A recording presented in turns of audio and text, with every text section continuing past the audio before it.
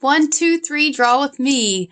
Hey everybody, it is day number 1 of the 30-day drawing challenge. And today's challenge is draw clouds, but not just any clouds like your popcorn clouds that you drew when you were in kindergarten. We're talking about clouds that have some shadow and look slightly more realistic.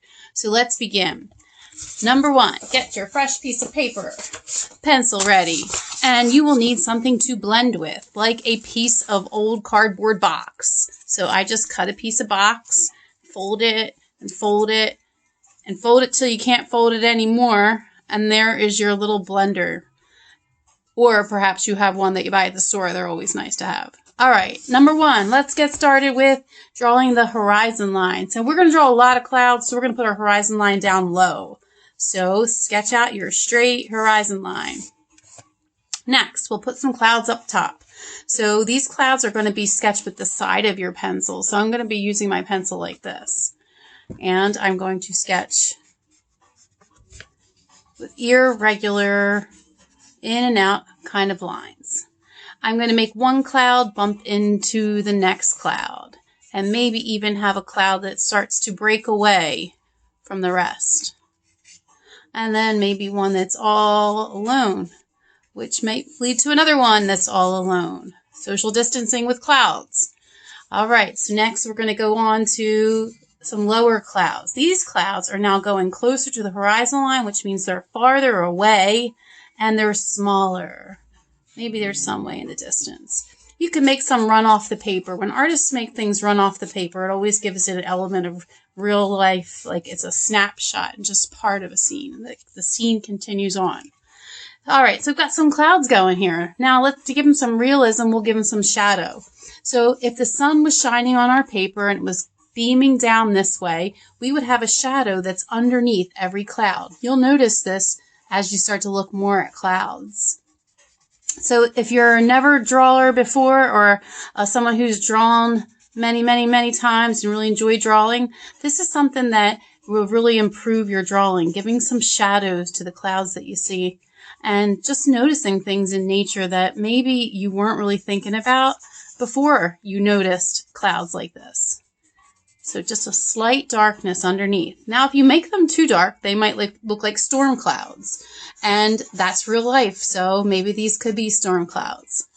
All right, so I've got my blending going there, and I'm going to use my blender now. So I want to get a nice point somehow on this, and I'm going to rub it on the areas that I put extra pencil on. So there's nothing on my blender. It's just picking up what's there and smudging it around and making it soft. And that softness kind of gives it that real life cloud look. I even take some of my dirt from the blender and give like some bumps in the clouds. And I kind of stay off of the top of the clouds. Since the sun is up there, that would be the brightest part, so I don't want to darken it. Oh, I like that one. And you'll see that as you go through them, some clouds look better than others, and you just kind of have to gauge the way you want them to look. And sometimes you don't have any control over how they look.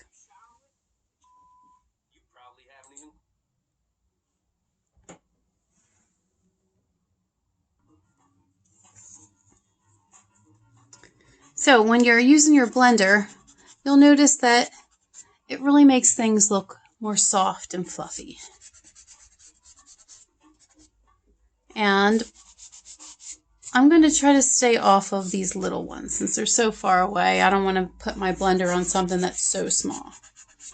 Okay, now I feel like my clouds look great in the background. I feel like I could go to this place. So let's add some interest to the bottom part here. Now, since it does remind me of the water, I'm just going to keep my pencil on its side like this and give it some darkness down here.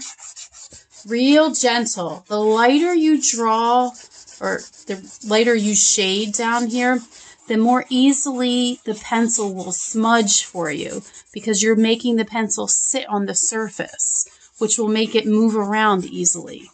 So now I'm going to use my handy dandy blender, which you can see I've already used today, and I'm going to blend this in to smudge it.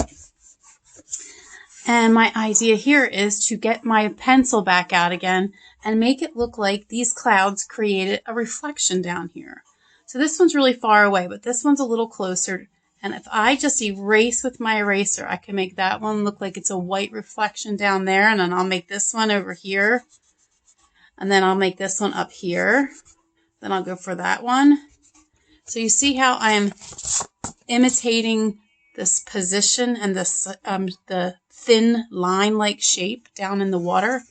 So if there was a lake there, you might see a reflection of clouds in the lake. Now this bottom part would be all white because this part would be reflecting there. Then I can get two little reflections over there, and I am done. You can practice this and draw this as many times as you like, and I think that you could even start adding other things into this picture. Maybe a sailboat's back there, or a volcano, or an island, or who knows what you could think of. Maybe a ship, or something even more fantastic. Best wishes, and keep drawing. I'll see you back tomorrow for drawing number 2.